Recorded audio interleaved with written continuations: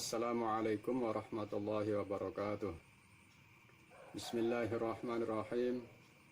Alhamdulillahilladzi hadana lidinihi alladzi akmalahu wartadah. Wassalatu wassalamu ala nabiyhi sayyidina Muhammadin alladzi jatabahu min khalqihi wastafa. Wa ba'du fa'aqul. Pemirsa sekalian, jumpa lagi dengan saya dalam kajian kitab Daqaiqul Akhbar atau kisah-kisah misteri yang disampaikan oleh Nabi kita Muhammad sallallahu alaihi wasallam. Dalam pertemuan kali ini kita akan membahas kejadian yang mengerikan di hari kiamat. Tapi sebelum kita mulai kisah misteri kiamat ini, saya ingin mengingatkan kepada pemirsa agar jangan percaya kepada orang yang meramal menentukan datangnya hari kiamat. Karena tidak ada yang tahu kapan kiamat itu datang kecuali Allah Subhanahu wa taala. Sebagaimana firman Allah dalam surah Luqman ayat terakhir, A'udzubillahi minasyaitonirrajim. Innallaha 'indahu 'ilmus sa'ah. Artinya hanya Allah lah yang tahu kapan kiamat itu akan terjadi. Walaupun Nabi kita Muhammad sallallahu alaihi wasallam banyak menyampaikan tentang tanda-tanda hari kiamat, tapi yang disampaikan oleh Nabi kita Muhammad adalah tanda-tandanya, bukan ketentuan daripada harinya. Ada lagi yang lebih lucu. Di antara orang ada yang mengatakan binatang dabah telah muncul sebagai pertanda hari kiamat. Dabah dalam bahasa kita artinya binatang yang melata atau bergerak. Contohnya dalam Al-Quranul Karim, A'udzubillahi minasyaitonirrajim, wa ma min dabbatin fil ardi illa 'alallahi rizquha. Artinya, tidaklah dari setiap binatang yang melata atau yang bergerak di bumi kecuali atas Allah lah rizkinya. Artinya Allah akan memberi rizki kepada seluruh makhluknya yang bergerak atau yang berjalan di bumi ini. Dan ayat lain, wa ma min dabbatin fil ardi wala ta'irin yatiru bi janahihi illa umamun amsalukum. Dan tidaklah binatang yang bergerak di bumi ini dan juga burung-burung yang berterbangan di udara kecuali umat-umat yang sama dengan kalian.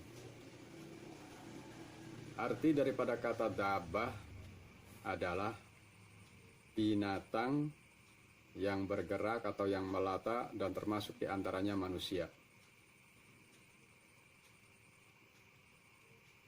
Maka apa yang disampaikan oleh Rasulullah Shallallahu Alaihi Wasallam tentang binatang ini itu masih merupakan misteri atau masih jauh kemunculannya. Baiklah, kita mulai kisah mengerikan yang terjadi di hari kiamat.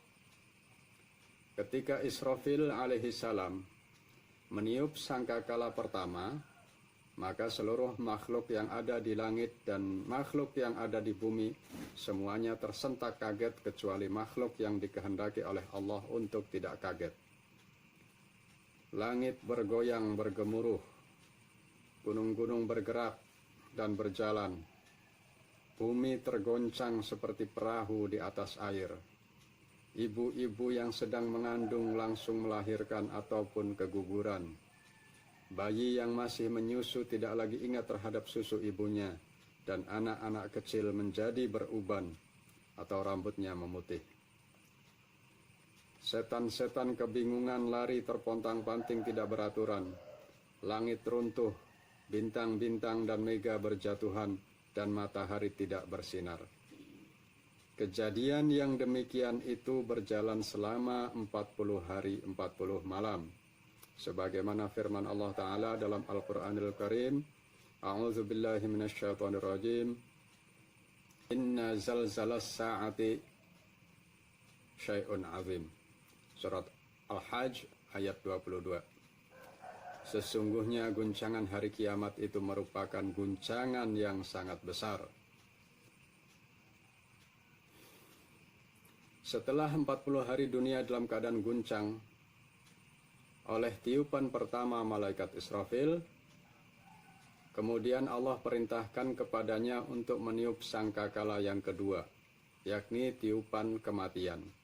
Maka Israfil meniupnya dan berkata, "Wahai roh-roh yang berserakan, keluarlah atas perintah Allah." Lalu seluruh makhluk yang ada di langit dan bumi pingsan lalu mati, kecuali yang dikehendaki Allah untuk tidak mati.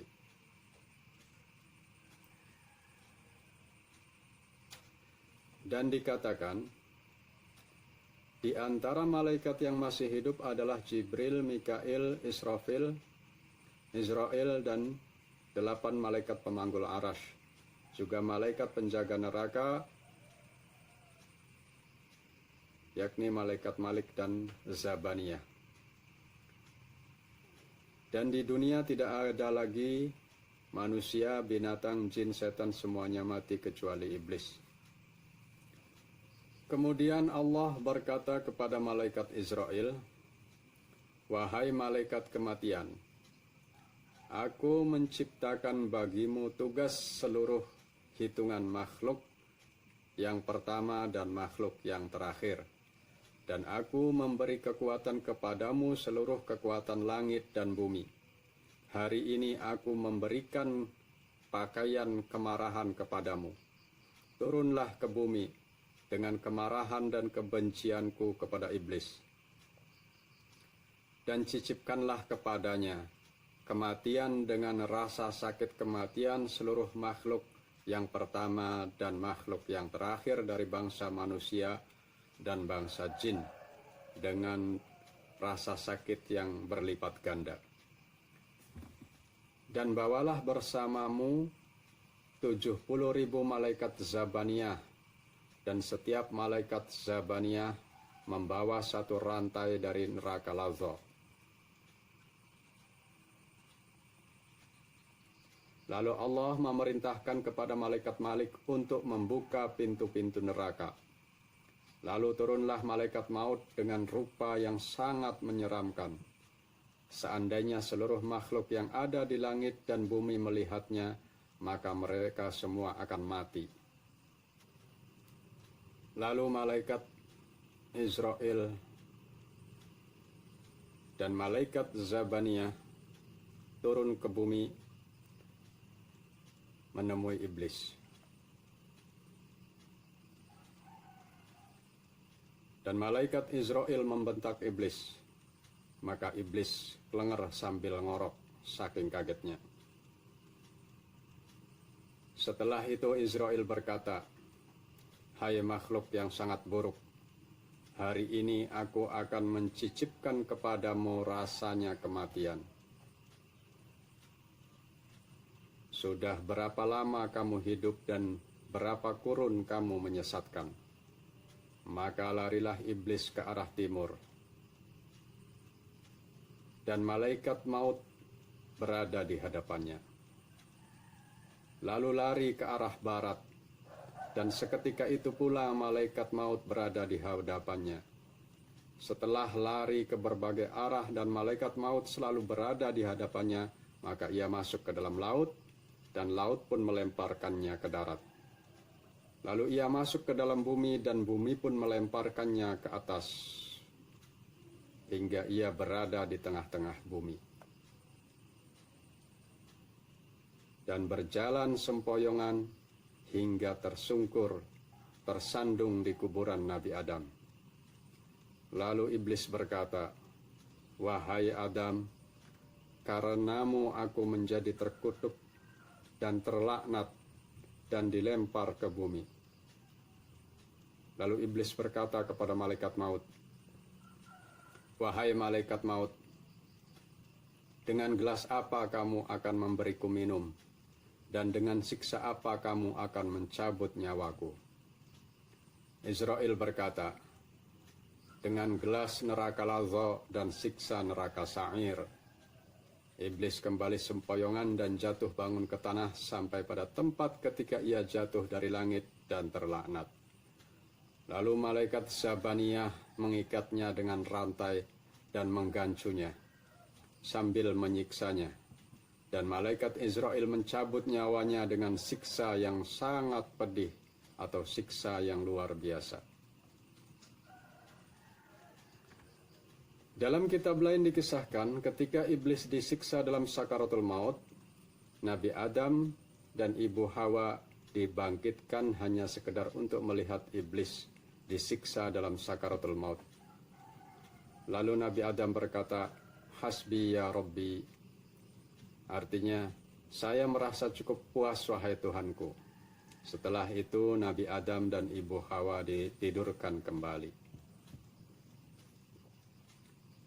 Dan dikisahkan, setelah iblis mati, Allah perintahkan kepada malaikat maut untuk mematikan seluruh makhluk yang tersisa. Sebagaimana firman Allah Ta'ala dalam Al-Quranul Karim, "Kullu syai'in halikun illa wajhah."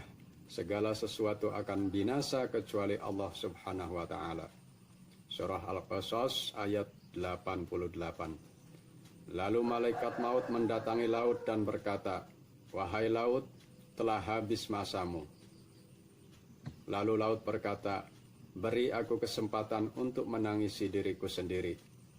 Lalu berkata, "Di manakah ombakku dan di manakah keajaibanku? Sungguh sekarang telah datang ketentuan Allah." Kemudian malaikat maut berteriak kepada laut, maka hilanglah seluruh air laut.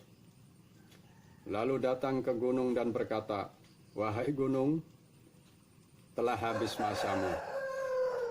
Dan gunung pun berkata, "Berilah aku kesempatan untuk menangisi diriku sendiri." Lalu berkata, "Di manakah puncak-puncakku dan di mana kekuatanku? Sungguh sekarang telah datang ketentuan Allah." Kemudian malaikat maut berteriak kepada gunung, dan gunung-gunung menjadi debu. Lalu datang kepada bumi dan berkata, "Wahai bumi, telah habis masamu." Dan bumi pun berkata, "Berilah aku kesempatan untuk menangisi diriku sendiri." Lalu bumi berkata, "Di manakah kerajaan-kerajaanku? Di manakah pepohonanku dan sungai-sungaiku dan berbagai tumbuhanku? Sungguh sekarang telah datang ketentuan Allah." Kemudian malaikat maut berteriak kepadanya, maka seluruh bumi menjadi rata dan sungai-sungai menjadi kering. Lalu naik ke atas langit dan berteriak sekali di atas langit, maka matahari dan bulan hilang cahayanya dan bintang-bintang berjatuhan.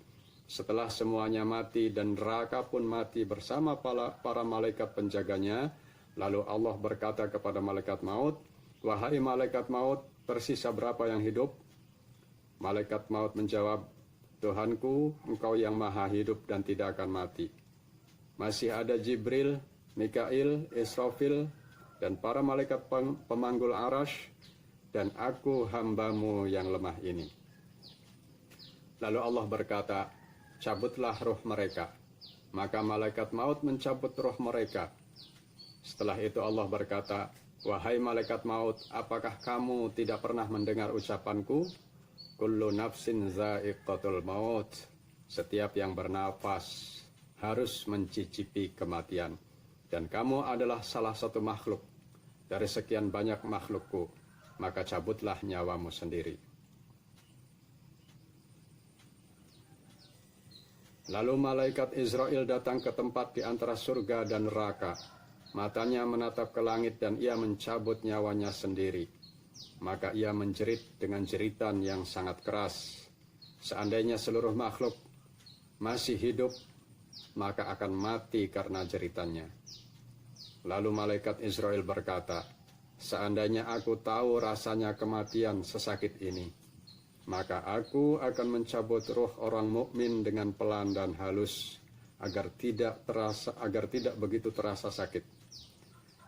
Kemudian malaikat Israel mati dan tidak ada lagi yang hidup kecuali Allah Subhanahu wa Ta'ala. Dan dunia dalam keadaan kosong sampai batas waktu yang dikehendaki oleh Allah. Demikianlah kisah yang bisa saya sampaikan dari kitab Daqaiqul Akhbar.